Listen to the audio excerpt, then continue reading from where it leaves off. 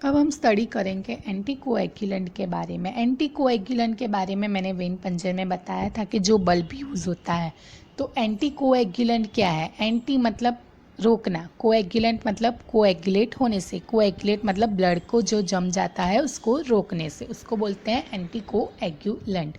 When blood is collected it clot after some time. जब हम blood collect करते हैं तो वो थोड़ी समय बाद क्लॉट हो जाता है, जम जाता है।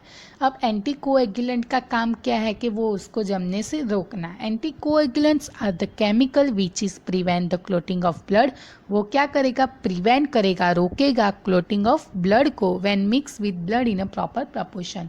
अब जब हम ब्लड को उसके एंटीकोएगुलेंट के साथ बराबर मात्रा में मिक्स करेंगे तो वो उसको ब्लड से क्लॉट करने में क्लॉट नहीं करने में मदद करेगा। अब क्लॉट फॉर्मेशन कैसे होता है? अभी थोड़े टर्म्स यूज़ होंगी इसमें, जैसे कि प्रोथ्रोम्बिन यूज़ होगा, थ्रोम्बिन यूज़ होगा, फाइब्रिनोजन, फाइब्रिन। ये सारी चीज़ें क्या है? ये सारी चीज़ें हमारे बॉडी में प्रेजेंट होती है, जिसका काम क्या होता है?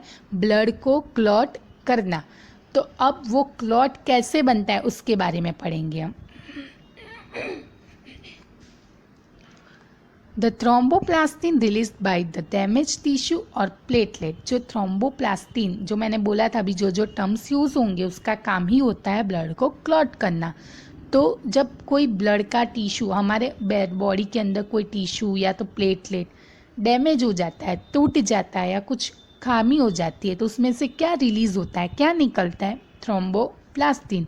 जो थ्रोम्बोप्लास्टिन किसी रूप में परिवर्तन होगा, जो रूप में परिवर्तन होगा उसको क्या करेंगे? थ्रोम्बोप्लास्टिन का काम क्या है?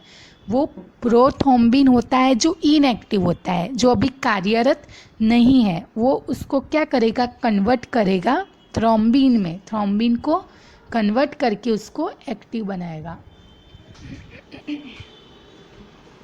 वैसा था, बोलो।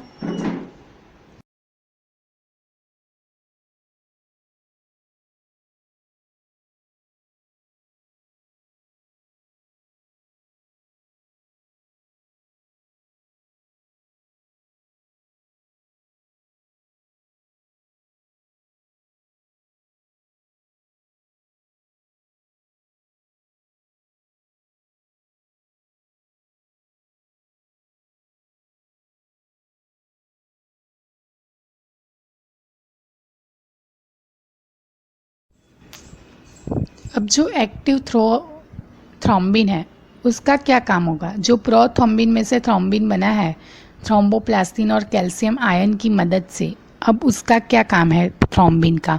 तो वो जाके फाइब्रिनोजन है कि जो सॉल्युबल होता है उसको फाइब्रिन में कन्वर्ट करता है, इनसॉल्युबल फॉर्म में कन्वर्ट करेगा, और वो भी कैल्शियम की ही मदद लेगा। अब जो लास्ट में फाइब्रिन बना है, ये सारे टर्म्स है, ये जो टर्म्स है, ये जो क्या वो है कंपाउंड, उनका काम क्या है? ब्लड को क्लॉट करना, जो बॉडी सिस्टम में है। तो वो फाइब्रिन हमारे ब्लड सेल के साथ जुड़ जाएगा और फिर ब्लड को क्लॉट करेगा। अब अब कौन कौन से एंटीकोएगुलेंट है कि जो इन सारी ब्लड क्लॉटिंग से मदद करेगा? तो वो टोटल 6 टाइप के हैं। फर्स्ट वन है EDTA, second double oxalate, third try sodium citrate, fourth heparin, fifth ACD और CPD, और सिक्स्थ फ्लोराइड। अब EDTA के बारे में पढ़ेंगे। EDTA का फुल फॉर्म है ethylene diamine tetra acetic acid, अथवा तो इथिलीन डायअमाइन टेट्रा डाइसोडियम और द डाइपोटेशियम सॉल्ट। बनाएंगे तो 5 से 10% सॉल्यूशन उसका बनाएंगे और फिर उसके 2 ड्रॉप हर बल्ब में डाल देंगे, ऐड कर देंगे। और फिर उसके बाद बहुत सारे बल्ब ऐसे भी होते हैं कि उसको हम 80 डिग्री सेल्सियस पे, 80 डिग्री सेल्सियस पे 1 घंटे के लिए रखते हैं।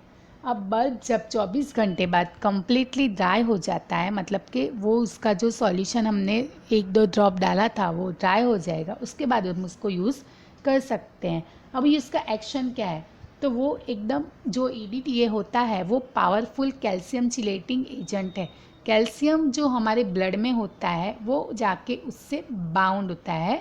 EDTA ब्लड के अंदर जो कैल्शियम आयन होगा उससे वो जाके बाइंड करेगा और फिर उसको अनआयनाइज करेगा। अनआयनाइज मतलब कैल्शियम प्लस प्लस आयन होता है, उसका हम आयन निकाल के अनआयनाइज वो EDTA करेगा और फिर उसको सॉल्युबल कॉम्प्लेक्स में बनाएगा कि जो इजीली सामान्य रीते सॉल्युबल हो सके।